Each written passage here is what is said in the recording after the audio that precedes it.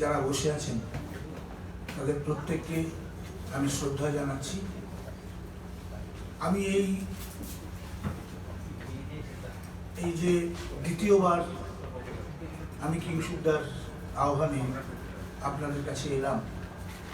আর সত্যি কথা বলতে কি, এখন কলকাতায় তো অনুষ্ঠানের অভাব নেই, কিন্তু এই অনুষ্ঠানটা আমি ভীষণভাবে উপভোগ করি এই জন্যই যে এখানে এলে এটা একটা প্ল্যাটফর্ম আমি খুঁজে পাই যেখানে কিংবদন্তি আবৃত্তিকার যারা ছিলেন, অর্থাৎ শম্ভু মিত্র এবং সব্যসাচীকে বাদ দিলে যারা ছিলেন মানে তার ভেতর নীলাদ্রি শেখর বসু, প্রদীপ ঘোষ, দেবদুলাল, এদের উত্তরসূরি হয়তো অনেকেই আছেন এখন, কিন্তু এইভাবে একটা অর্গানাইজড ওয়েতে এই যে নিজেদের একটা একত্রিত করে ধরে রাখার এই যে একটা প্রচেষ্টা, এই প্রচেষ্টাটা কিন্তু আমি খুব একটা খুঁজে পাই না।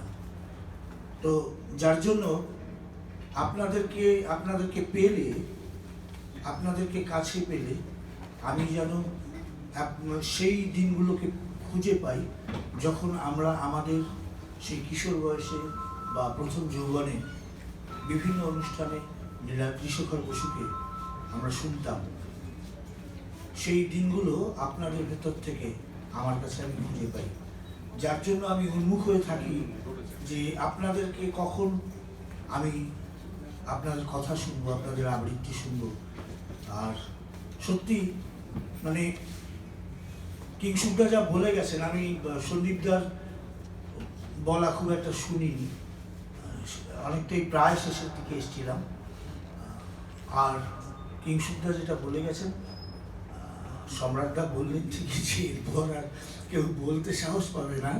তবে এটা তো ঠিক যে এক একজন আবৃত্তিকার যখন গ্রেড তৈরি হয়, গ্রেডেশন যখন নাকি আসে এক একজন আবৃত্তিকার, তখন সেই গ্রেডটা পেতে গেলে তার কতগুলো জিনিসকে অবশ্যই অধ্যয়ন করতে হয়।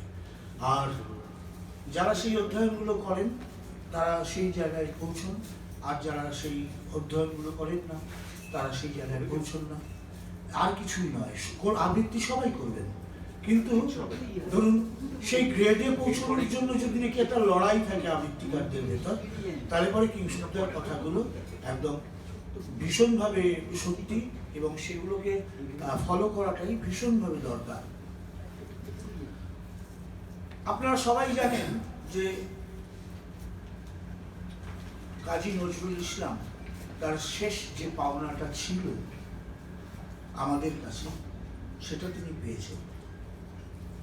এই যে সম্রাটদা বললেন যে সেই সময় তিনি কালীর মূর্তি গড়ছেন, যে কিংসুকদা বলে গেলেন যে তিনি সমস্ত রকম কীর্তন থেকে শুরু করে মানে কালীর সঙ্গীত বলে শ্যামা সঙ্গীত থেকে শুরু করে সব কিছু করে গেছেন, কিন্তু তিনি মুসলমান কবি। এই যে নজরুলকে দেগে দেওয়ার একটা পরিকল্পনা হলো মুসলমান কবি, তার বিরুদ্ধে আমরা যারা নিজেদেরকে বুদ্ধিজীবী বলি, যারা নিজেদের আবৃত্তিকার বলি, তারা কতটুকু কি তার বিরুদ্ধে প্রতিবাদ করেছি। নজরুলের এটা পাওনা ছিল মুসলমান কবি, কারণ তার তো এটা খুব কম ছিল না, মানে হিম্মত। কারণ তিনি একজন মুসলমান হয়ে তিনি শ্যামা সঙ্গীত রচনা করছেন, তাহলে পরে যিনি এটা করেন এবং কিংসুকদা বললেন যে কোন লেভেলে গিয়ে, কোন সাধনার কোন স্তরে নিজেকে নিয়ে গিয়ে তিনি এই সমস্ত কিছুকে করেছেন, সেই জায়গায় একজন আমরা হিন্দু হয়ে পারি না যারা সে সমস্ত জায়গায় পৌঁছতে, সেখানে তিনি পৌঁছে তিনি মুসলমান কবি হতে পারেন এবং আমরা সেগুলোকে চুপচাপ হজম করতেও পারি। কারণ সেই তার বিরুদ্ধে বলতে গেলে আমার একটা হয়তো বা কোনো একটা সংগঠিত শক্তির বিরুদ্ধে বলতে হয়, আর সংগঠিত শক্তির বিরুদ্ধে যদি নাকি আমাদের বলতে হয় তাহলে পরে আমাদেরও দম লাগে। সেই দমটা বোধহয় আমরা দিনে দিনে হারিয়ে ফেলছি। আমরা হয়তো সিংহ ছিলাম, দিনে দিনে মার্জার হচ্ছি, কারণ আমাদের এই দমের খুব অভাব হয়ে যাচ্ছে। যাই হোক, বিদ্রোহী কবিতাই তো বিদ্রোহী কবি। তিনি বললেন, কিংসুকদা বললেন যে তিনি বিদ্রোহী কবি ছিলেন না। আমি মেনে নিলাম তিনি বিদ্রোহী কবি ছিলেন না। তার বিদ্রোহী কবিতাটাই অন্তত আর খুব খুঁজলে পাতলে যেটাকে পাওয়া যাবে তাতে বিদ্রোহ ব্যাপারটা খুব অভাব আছে, একটা উন্মাদনা আছে, যে উন্মাদনাটায় তিনি নিজে ছিঁড়ে দিয়েছেন, ভগবানের আসন ছিঁড়ে ফেলে দিয়েছেন, সেরকম একটা হিম্মত, সেরকম একটা উন্মাদনা। কিন্তু তার বয়স কত তখন? 21-22। তার আগে তিনি কাব্য সাধনা কতটুকু করেছেন? তার তো বাবাই মারা গেলেন যখন তার 9 বছর বয়স। 10 বছর বয়সে তিনি ওই মুক্তব থেকে পাশ করলেন প্রাইমারি। সেখানে পাশ করে বাবা মারা যাওয়ার পর যাদের বাবা ছেলেরা উপযুক্ত হওয়ার আগে মারা যান এবং সংসারে জোয়াল চাপিয়ে দিয়ে যান, সেই সমস্ত সন্তানেরা জানেন যে পিতৃবিয়োগ হলে পরে কতটা উঁচুর থেকে মাটিতে পড়তে হয়, কোমর ভেঙে যায়। নজরুলের কিন্তু কোমর ভেঙে গেছিল। তিনি ওই মুক্তবী শিক্ষকতা শুরু করলেন। ওখান থেকেই তিনি লোটো গানে ঢুকলেন। এখন তো লোটো গান বললে একটা হারিয়ে যাওয়া শব্দ লোটো। তখন সেখানে দাঁড়িয়ে ক্লাস প্রাইমারি পাশ করে যেই মক্তব থেকে পাশ করলেন, সেখানেই তিনি শিক্ষকতা শুরু করলেন। আমি এই কথাটা উল্লেখ করলাম এই জন্য যে ছাত্র হিসেবে তিনি কতটা পারদর্শী ছিলেন সেটা এটা দিয়ে বোঝা যায়। এবার তিনি পাশ করলেন তারপর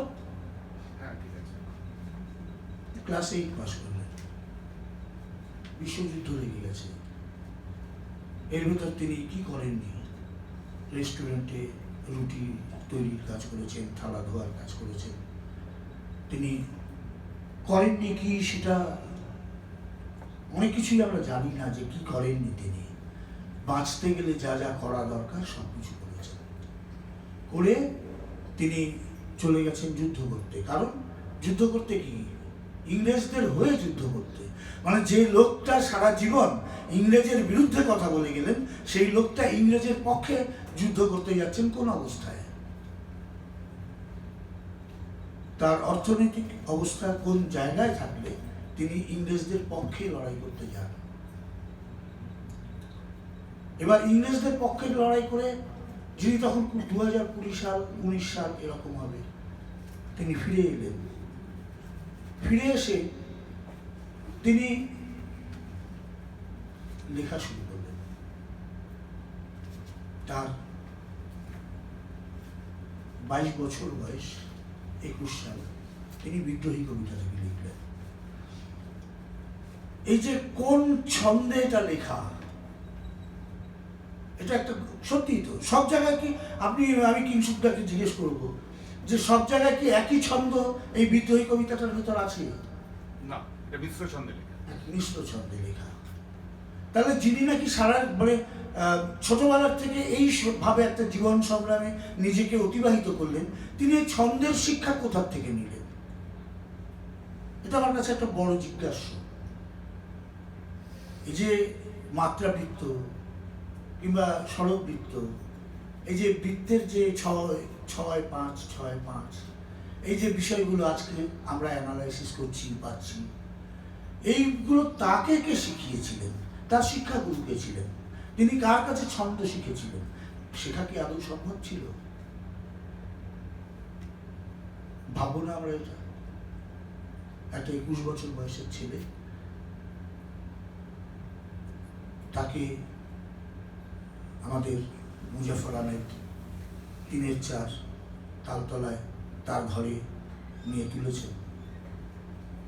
তার থাকার কোনো জায়গা নেই, তিনি তালতলায় থাকছেন। আপনারা তালতলায় গেলে দেখবেন ওখানে কোনো একজন কাউন্সিলর, সহৃদয় কাউন্সিলর একটা ফলক লাগিয়ে দিয়েছেন যে এই গলিতে এই বা এতে কাজী নজরুল ইসলাম থাকতেন এবং তিনি এখানে বিদ্রোহী কবিতাটি লিখেছিলেন। সারা রাত ধরে পায়চারি করেছেন এটা লিখবার সময়। তার আগে সত্যি সত্যি তিনি পালিয়ে এসছেন বিয়ের আসর থেকে তিনি পালিয়ে এসছেন। অর্থাৎ প্রথম প্রেম তাকে মুখ ঘুরিয়েছে। তিনি পালিয়ে এসে বিদ্রোহী লিখছেন, সারা রাত ধরে পায়চারি করছেন। একটা 21 বছর বয়সের ছেলে, কোন জায়গাটাতে তিনি টাচ করেননি বিদ্রোহীতে, কি লেখেননি, কোন দম, যে অসম্ভব একটা উইট, একটা কি বলবো, এই যে ভীষণভাবে একটা অগ্রাহ্য করা কোনো শক্তির বিরুদ্ধে গিয়ে তাকে লাথি মেরে ভেঙে ফেলা, তিনি তো করেছিলেন এটা। ওই একটা 21 বছর বয়সের ছেলে, তার আগে কটা কবিতা লিখেছেন, কারণ ওটার পরেই কিন্তু নজরুল পরিচিত হতে লাগলেন। যখন নাকি ওটা প্রকাশিত হলো বিজলি পত্রিকায় এবং পরবর্তী ক্ষেত্রে আরেকটি পত্রিকায়, তারপর অগ্নিবীণায় মানুষ ওটা লিপিবদ্ধ হলো, তার প্রথম কাব্যগ্রন্থ। সেখানে নজরুল তখন আবিষ্কৃত হচ্ছে, নজরুল সেই কবি জীবনের প্রত্যুষ বেলা, তাতে তিনি বিদ্রোহী লিখছেন। এই ব্যাপারগুলো কিন্তু নিয়ে ভাবতে হবে যে তিনি ওই ব্যাপারগুলো পেলেন কোথায়। তার ভেতর এই যে প্রতিবাদী যে সত্তা, আমি বুঝলাম এটা বিদ্রোহী সত্তা না, কিন্তু প্রতিবাদী সত্তা তো আছে। নইলে খোদার আসন আরশে ছেদিয়া উঠিয়াছি চির বিস্ময়, আমি বিশ্ববিধাত্রীর মামল ললাটে রুদ্র ভগবান জলে, রাজটিকা দীপ্ত জয়শ্রী, বলো বীর বলো উন্নত মমশির। এই যে বীরকে বলছে বলো উন্নত মমশির, শির নেহারিয়া তোমারই আমারই নত শির ওই শিখরই মাতৃর। এই কথাটা বলার যে হিম্মত, এই কথাটা বলার যে দম, সেই দম ওই 21 বছর বয়সের ছেলেটা কোত্থেকে এলো। এই জন্যই অনেকেই তাকে কমিউনিস্ট কবি বলেন। তিনি কমিউনিস্ট পার্টির সদস্য ছিলেন না, সুকান্ত ছিলেন, নজরুল ছিলেন না, কিন্তু কমিউনিজমটা একটা জীবন চর্চা, একটা জীবন বোধ, একটা আদর্শ। কমিউনিজম মানে কতগুলো নীতি আদর্শের একটা সম্পৃক্ততা। আমি কমিউনিস্ট পার্টি নাই করতে পারি, আমি নাই জানতে পারি কমিউনিস্ট কি, কমিউনিস্ট পার্টি কি, গায়ে মাখে না মাথায় দেয়, কিন্তু আমার ভেতর সেই নীতি আদর্শ, সেই জীবনচর্চা, জীবনবোধ, কমিউনিজমের যে বেসিক ব্যাপারগুলো, সেগুলো আমার ভেতর থাকতে পারে। তাতে আমার কমিউনিস্ট পার্টি করতে হয় না, তাতে আমার কমিউনিস্ট হয়ে যেতে হয় না। যখন নাকি এই গরিব গুরব মানুষগুলো যখন সোজা কথায় একটা জমিদারকে চোখ রাঙিয়ে বলে আমি এটা করতে পারবো না, তুমি আমাকে সঠিকভাবে আমাকে আমার পাওনাগুলোকে ফেরত দাওনি, তুমি আমার মানে 4 ভাগের 1 ভাগ যে এটা আমার ফসল, সেই ফসলটা তোমায় আমাকে দিতে হবে, এটা যখন একজন গরিব কৃষক বলেন তখন তিনি কমিউনিস্ট নন। কিন্তু তার থেকে বড় কমিউনিস্ট আর কেউ নেই। কাজেই নজরুল সত্যি কমিউনিস্ট পার্টির সদস্য হননি। মুজফ্ফর আহমেদ তার সংস্পর্শে অবশ্যই তিনি এসেছিলেন। তার একজন স্বাভাবিকভাবেই একজন মুজফ্ফর আহমেদের মতন একজন লেভেলের কমিউনিস্ট নেতা, তার সঙ্গে যদি নাকি তার দিন যাপন হয়, তাহলে তার কিছু প্রভাব তো তার ভেতর পড়বেই। কাজে সেই প্রভাবটাকে আমরা কমিউনিজম বলতে পারি, কারণ সেখান থেকে তার ভেতর কিন্তু কিছু সঞ্চারিত হয়েছিল, কিছু বোধ সঞ্চারিত হয়েছিল, কিছু নীতি আদর্শ সঞ্চারিত হয়েছিল। এই ব্যাপারগুলোকে কিন্তু ভুললে চলবে না। নজরুল সারা জীবনে 21টা শ্যামা সঙ্গীত করে গেছেন। কি লেভেলের শ্যামা সঙ্গীত? শ্যামা সঙ্গীতগুলোর লেভেল কি? আপনারা বলেছেন যে নজরুলের শ্যামা সঙ্গীতকে জানতে গেলে আপনাকে জানতে হবে, শ্যামা সঙ্গীত শুনতে হবে। বল রে জবা বল, নজরুলের একটা শ্যামা সঙ্গীত। এর চাইতে কিভাবে তাকে তিনি নিজেকে ডিভোট করতে পারতেন? একটা ঐশী শক্তির কাছে নিজেকে যে ডিভোট করা, সেটা কিভাবে করতে পারতেন? কালী কীর্তন করছেন নজরুল, তিনি এই কালী কীর্তন করা ছাড়াও, শ্যামা সঙ্গীত করা ছাড়াও লোটগানে তখন তিনি আর নেই। কারণ লোটগানে আপনারা জানেন কিনা আমি জানি না, লোটগানে একজন সর্দার লাগে আরেকজন মহিলা ক্যারেক্টার লাগে, যে মহিলা ক্যারেক্টারটা পুরুষ মানুষ কিন্তু তিনি মহিলার মতন করেই নিজেকে তৈরি করেন। যেহেতু নজরুলের গলা অত্যন্ত সুন্দর ছিল, কাজেই লোটো গানে তার একটা কদর ছিল। তো যাই হোক, এবার এই যে তার গানগুলো আমি একটু বলি। ধরুন, কোন সাধনায় পেলি শ্যামা মায়ের চরণ তল, বল রে জবা বল, জগৎ জুড়ে জাল ফেলেছিস শ্যামা, তুই কি জেলের মেয়ে। গানটা আপনারা সবাই শুনেছেন। এই লেভেলের শ্যামা সঙ্গীত। শাস্ত্রীয় সঙ্গীত, অরুণ কান্তিকে গো যোগী ভিখারি,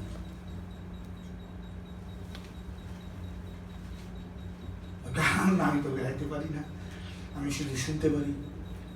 তো যে দাঁড়াইলে এসে যে রাগ রাগিনীর মিশ্রণে তিনি এই যে যখন এটাকে ধরলেন যে অরুণ কান্তিকে গো যোগী ভিখারি, সেই গানটার যে রাগ, যে রাগিনীর আশ্রয়, সেই রাগ রাগিনীর আশ্রয়ে নজরুল নিজেকে শিক্ষিত করেছিলেন, তাই ওই গানটা করতে পেরেছিলেন। তার কি শুধুমাত্র তিনি হিন্দু সঙ্গীতই করে গেছেন? আমি এটুকুলোকে হিন্দু সঙ্গীত বললাম। তার তো অনেক রকম মুসলিম গীতিও তিনি গেয়েছেন, তার অনেকগুলি মুসলিম গীতিও আছে। তার কবিতার ভেতর আমরা যতগুলো পার্সি শব্দ, আরবি শব্দ, উর্দু শব্দ পাই, কোনগুলোই কিন্তু আমাদের মনে হয় না যেটা বাংলা শব্দ নয়। সবকটা শব্দই কিন্তু আমাদের কাছে বাংলা শব্দের মতো হয়েই আসে। এই যে খোদার আসন আরো সে ছড়িয়া, খোদা আমাদের কি বাংলা শব্দ নয়, কিন্তু খোদা তো আমাদের সঙ্গেই মিশে গেছে। আরস যখন নাকি আরস ছেদিয়া উঠিয়াছে ছিল বিস্ময়ে বলছেন, তখন তো তিনি আর কোনো অন্য শব্দ বলছেন না, কিন্তু তিনি এত প্রাঞ্জলভাবে সমস্ত শব্দগুলোকে একের সঙ্গে এক মিলিয়ে দিচ্ছেন। এই যে আমি সন্ন্যাসী শুভ সৈনিক, আমি যুবরাজ মম রাজ বেশ ম্লান গৈরিক, আমি বেদুইন, আমি চেঙ্গিস, আমি কি, আমি আপনারে ছাড়া করি না কাহারে কুর্নিশ, আমি বজ্র, আমি ঈশান বিশানে ওঙ্কার, আমি শৃঙ্গার ইসরাফিলের শৃঙ্গার মহাহংকার। এই যে শব্দগুলোকে পার পর বসিয়ে যাচ্ছেন, আমি চেঙ্গিস, আমি ইসরাফিল, আমি এই যে শব্দগুলোকে বসিয়ে যাচ্ছেন, এই শব্দগুলোকে আমাদের মনে হচ্ছে একবারও যেগুলো বাংলা শব্দ নয়, এগুলো ফার্সি শব্দ। উনি আবার দুঃখও করে গেছেন, বলে গেছেন যে ফার্সি শব্দে কবিতা লিখি আমি পাত নেই। তো তিনি যে ফার্সি শব্দে কবিতা লিখতেন সেটা নিয়ে তখন তাকে গঞ্জনা শুনতে হয়েছে দেখি তাকে পাত নেড়েও বলতে হয়েছে।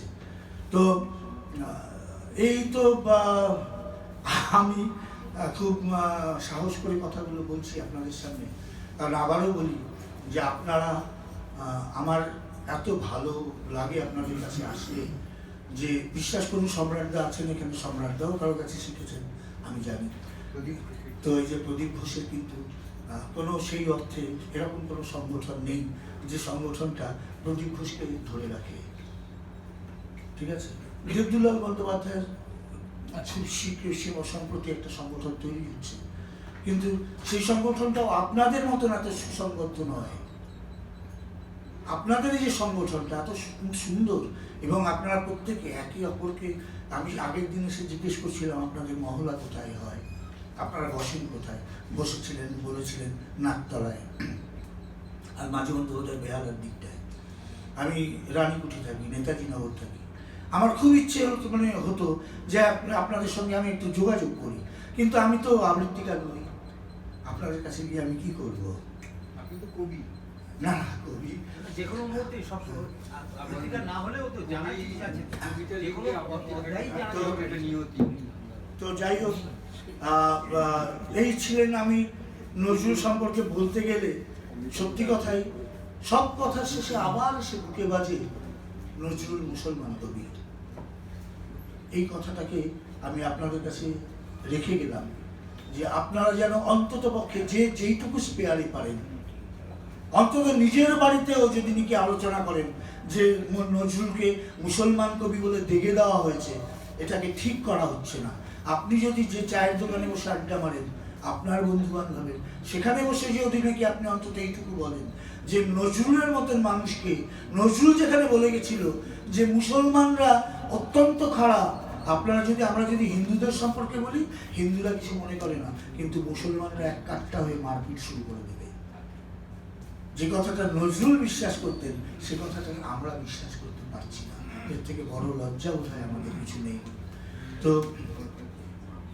আমি সত্যি মানে আজকে কিংশুকদার কথাগুলো শুনছিলাম হাঁ করে, আমি শিখছিলাম।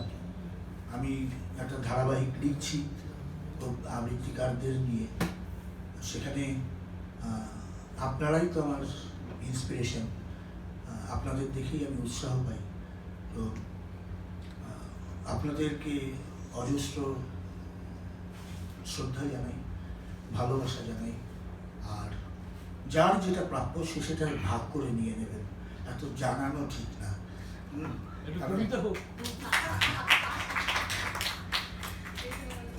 এখন আমি নজরুলকে দুবার দেখেছি, আর দেখেছি কিন্তু তার সেই অবস্থায়, তিনি শেষ অবস্থা, তিনি বসে আছেন বোবা দৃষ্টিতে, তার সামনে যে ফুলগুলো সেগুলোকে ধরে ছিঁড়ছেন।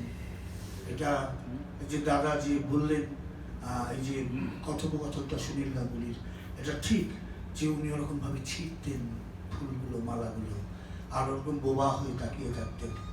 আমার ওই চোখ দুটো কিন্তু নজরুলের এখনো মনে আছে, আর কিছু মনে নেই হয়তো। তো আমি বিশ্বাস করুন, আমি তো একজনকে নিয়ে কবিতা লেখা খুব কঠিন। আপনি নিজের মনে কবিতা লিখুন কোনো সাবজেক্ট ছাড়া, হয়তো সেটা একটা কবিতার ভিতর চলে আসতে পারে। কিন্তু আমার যদি আজকে কিংশুকদাকে নিয়ে কবিতা লিখতে হয়, তাহলে পরে কিন্তু সেখানে অনেক কিছু এসে দাঁড়াবে, যে দাঁড়ানোগুলো ঠিক লিখতে দেয় না। তো কবিতা লেখার ক্ষেত্রে কিন্তু এটা একটা বড় প্রতিবন্ধক। যাই হোক, তাও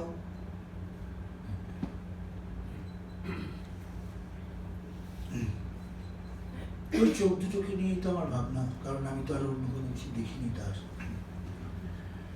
যেন দুটো টলটলে দিঘির বুকে ঘনাইছে বাদলের মেঘ, তখন ঠিক যেন সন্ধ্যার আগে কেউ কোনো একজন বাজাতেছে ভিন, কৃষ্ণা দ্বাদশীর চাঁদ মুখ লুকিয়েছে ছিঁড়ে যাওয়া মেঘের ফাঁকে। এ ছবি যদি চোখ হয় কারো দিঘির ওপর, তবে জমে আছে যেন ঘন অন্ধকার খেজুরের বন, ভুরুর মতন আদিগন্ত মাঠ যেন ললাট, চারিদিকে অবিন্যস্ত ফুটে থাকা কাশফুল যেন চুল। স্তব্ধ বাক নির্নিমেষ অভিমানী দৃষ্টি নিয়ে তুমি বসে, তোমার সামনে জমে আছে ফুলের জঞ্জাল। কি মূল্য সে ফুলের, যে ফুল ছোঁয়নি কবির হৃদয়? শূন্য দৃষ্টি, অভিমানে মুখ, আঁখি কোণে অশ্রু জমাট বেঁধে আছে যে কবির, তার কাছে ফুল কেন দাও? যদি এতটুকু খরিত রক্ত জমে থাকে তোমার হৃদয়ে, তবে এক বিন্দু রক্ত দিও, সে লালিমা রক্ত গোলাপ হবে। যদি নজরুলকে ভালোবেসে থাকি, প্রণাম নয়, যেন শব্দ দিয়ে বিদ্রোহ আঁকি। সবাই ভালো থাকবেন।